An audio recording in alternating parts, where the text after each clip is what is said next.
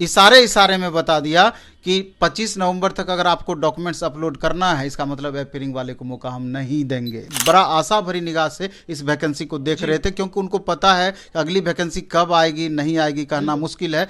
ये एक चिंता का विषय है। अब शिक्षा विभाग समझेगी, स्टूडेंट समझेंगे। नमस्कार, मैं हूं अनुकुल तिवारी और आप लाइव सीरीज देख रहे थे कि हमारे साथ नवीन सर मौजूद हैं। आप भी सुने होंगे ये खबर कि अतुल प्रसाद ने सीधे कह दिया है कि 6 to 8 स्टैंडर्ड के सीट्स को आधा कर दिया है। क्या ये सही है? अतुल प्रसाद सर क्या बोलेंगे, ये तो शिक्षा विभाग का जैसा आदेश आया होगा उस हिसाब से माननीय चेयरमैन सर जारी किए होंगे। लेकिन सबसे बड़ा सवाल ये है कि स्टूडेंट लगातार होप बनाए हुए थे कि जिस तरीके से वैकेंसी पहले बताया गया था 70,000 प्लस वैकेंसी दी जाएगी और बाद में उसको 1,20,000 तक माननीय मुख्यमंत्री के द्वारा घोषणा किया गया कि 1,20,000 वैकेंसी आएगी। लेकिन ये किसी भी सूरत में अंदाजा छात्रों को नहीं था। अभी आप देखे होंगे सैकड़ों छात्र अभी देख रहे हैं कि आप टेस्ट दे रहे हैं। किसी को यह अंदाजा नहीं था कि वैकेंसी, सब समझ रहे थे कि मे बी हम लोग का वैकेंसी दुगुना हो जाएगा, लेकिन दुगुना हो जाएगा। लेकिन 6 to 8 में ही सबसे ज्यादा प्रेशर पहले से था और सबसे ज्यादा 6 to 8 में ही छात्र भी थे। प्रेशर और इसलिए क्योंकि 1.0 में हुआ नहीं था। नहीं, 6 to 8 में स्वाभाविक, जैसे 1 to 5 में मैक्सिमम प्रेशर था, सबसे ज्यादा बच्चे वहीं थे, तो 6 to 8 में उसी तरीके से सबसे ज्यादा छात्र थे। लेकिन यहाँ वैकेंसी बढ़ने के बजाय सीधे आधा हो गया, तो स्टूडेंट काफी इस चीज को लेकर के मायूस हो गए हैं। तो चूंकि स्टूडेंट भी समझ रहे हैं हमारे हाथ में कुछ नहीं है, अधिक से अधिक मेहनत करना है, अपने मेहनत को दुगुना कर देना है, यही एक ऑप्शन बच रहा है। मेहनत करेंगे तो होगा, क्योंकि सीट की बात आप भी कर रहे थे कि इतना सीट आएगा उतना सीट आएगा, लेकिन आधा हो चुका है सब। मेरा तमाम छात्रों से ये कहना है जो भी 6 to 8 के अभ्यर्थी हैं कि अगर आपके पास दूसरा ऑप्शन है, दूसरा ऑप्शन के मतलब हुआ कि 9-10 भी अगर आपका है, 11-12 भी है, या 9-10 या 11-12 है, तो निश्चित रूप से ऊपर आप ज़्यादा फोकस करें तो संभावनाएं आपकी ज़्यादा बढ़ेगी रिजल्ट के प्रति।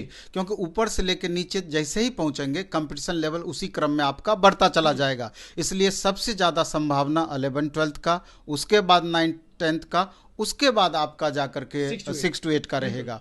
तो अब बदले हुए परिस्थिति के अकॉर्डिंग आपको अपनी नई रणनीति सेट करनी होगी। एक बात।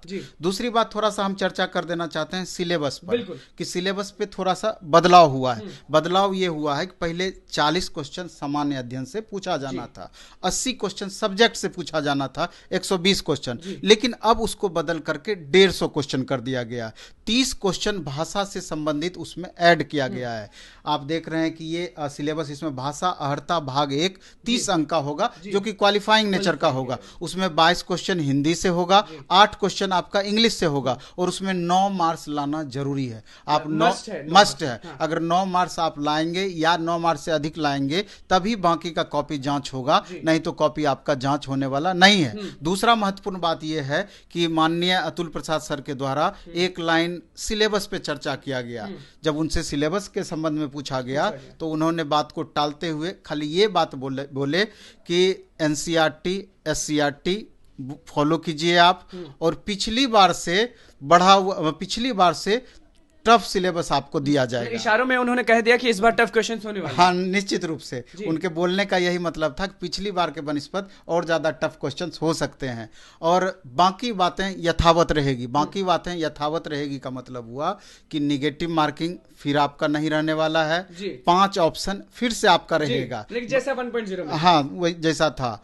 और दूसरी बात, डॉक्यूमेंट से रिलेटेड बहुत बातें उन्होंने स्पष्टतया कहा कि जैसे कि इसमें डॉक्यूमेंट से रिलेटेड की फॉर्म को लेकर के सुधार का मौका नहीं दिया जाएगा। इसलिए फॉर्म भरने में जो भी आप फॉर्म भरेंगे एकदम सावधानी पूर्वक भरिए। मतलब इस बार साइबर कैफे में अगर जो स्टूडेंट्स जाएंगे उनको एकदम बारीकी से सब चीज निश्चित रूप से। और हम तमाम छात्रों को कहना चाहते हैं कि जब भी आप फॉर्म भरें और फॉर्म फाइनल सबमिट करने से पहले 1 बार 2 बार 3 बार आप अच्छे से जांच कर लें, एक एक पहलू, और उसके बाद ही फॉर्म आप सबमिट करें। क्योंकि एक बार सबमिट कर दिए उसके बाद कोई उपाय आपका नहीं, कोई उपाय नहीं। लाख माता पीटे बीपीएससी आयोग के बाद तो भी कोई उपाय नहीं। और इसके बाद स्पष्टतया बता दिया गया कि ओएमआर में भी इस बार सुधार का मौका नहीं दिया जाएगा। पिछली बार थोड़ा सा उदार बने थे इस मामले में, लेकिन इस बार स्पष्टतया कह दिया गया कि ओएमआर में सुधार का मौका नहीं मिलेगा और डॉक्यूमेंट्स एनी हाउ 25 नवंबर तक आपको अपलोड करना है, फाइनल डॉक्यूमेंट्स। इसका मतलब साफ होता है, उन्होंने इशारे में बता दिया कि 25 नवंबर तक अगर आपको डॉक्यूमेंट्स अपलोड करना है, इसका मतलब अपेयरिंग वाले को मौका हम नहीं देंगे। सीटेट वाले के बारे में बात करें, कल आवाज उठा रहे थे, आप कह रहे थे कि मौका देना चाहिए क्योंकि पिछली बार सीटेट वालों को मौका मिला गया।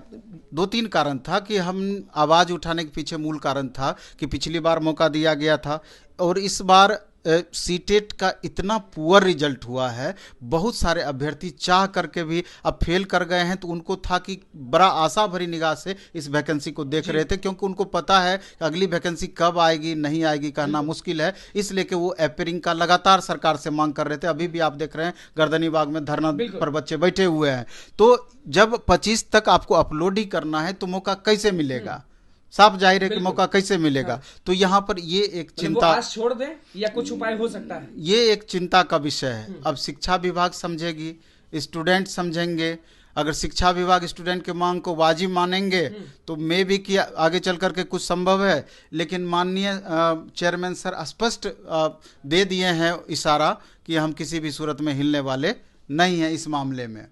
और एक और महत्वपूर्ण बदलाव किया गया है कि जैसे इस बार 2 कैंडिडेट का डेट ऑफ बर्थ समान रहने के बावजूद अधिक डेट ऑफ बर्थ जिनका ज़्यादा उम्र हो रहा था उनको वरीयता दिया गया। तो इस बार इस लफड़ा को समाप्त करते हुए कहा गया कि अगर आपका 40 मार्क्स का जो सिलेबस है उसके मार्क्स के आधार पर और हिंदी में आए हुए मार्क्स के आधार पर आपको वरीयता दी जाएगी। ऐसी परिस्थिति में तो यहाँ पर ये बातें गौर करने वाली है।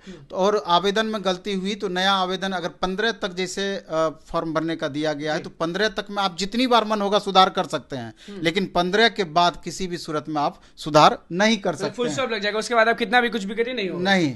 और आवेदन ऑनलाइन आवेदन की अंतिम तिथि आपका टाइम को भी बढ़ाया गया है, जो एग्जाम टाइमिंग होता है नहीं इस पर कुछ नहीं। और स्टूडेंट कर दिया गया है कितना भी अब 25 तारीख तक आपका फॉर्म ही भराएगा। 25 तक जी। तो और उसके बाद 7 से आपका एग्जाम ही होना है, 7 से 10 एग्जाम जो आज होते हैं, एग्जाम टाइमिंग आज होते हैं, उसको बढ़ाया गया क्योंकि 2.5 घंटे का टाइम फ्रेम दिया गया। 2.5 घंटे का एग्जाम होगा। लेकिन मेरा ये कहना है कि स्टूडेंट ये ना समझें कि 25 नवंबर तक फॉर्म भरने का लास्ट डेट है तो एग्जाम का डेट बढ़ा दिया जाएगा, कदापि नहीं। इसलिए आप 7 दिसंबर का ही डेट मान करके आप पूरी तरीके से शुरुआत हो रहा है, पूरी तरीके से तैयारी करें। लास्ट मोमेंट में जो भी होगा देखा जाएगा, क्योंकि आप ये होप ना रखें कि डेट आपका बढ़ाया ही जाएगा, इसको आप किसी भी सूरत में नहीं तो ये आपके लिए निगेटिव हो जाएगा। बहुत लोग जो आपको देख रहे हैं वो तो उदास हो बैठे हैं। अतुल प्रसाद ने पीसी किया अभी और सब लोग उदास हो गए क्योंकि सीट बढ़ाने की बात हुई थी। लगातार नीतीश कुमार भी कह रहे थे, आप भी जाने के लगातार 9, 10, 11, 12 में सीट बढ़ने की प्रबल संभावना है। वो सीट बढ़ेगी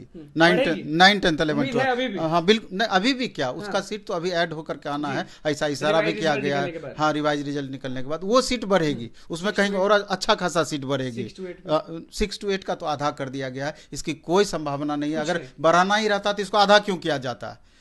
ये सबसे बड़ा तनाव वाली बात इस पूरे प्रेस कॉन्फ्रेंस की रही।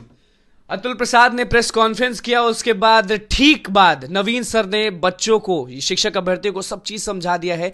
उनको जो जानना चाहिए, क्या कुछ जानना चाहिए वो आपने सुन लिया होगा। टाइमिंग के बारे में बताया है, सिलेबस के बारे में बताया है। उसके बाद सबसे बड़ी बात कि 6 to 8 में सीट को आधा कर दिया गया है, जो निराश वाली बात है। तो बस लाइव सीरीज के साथ बने, चैनल को सब्सक्राइब करें, धन्यवाद।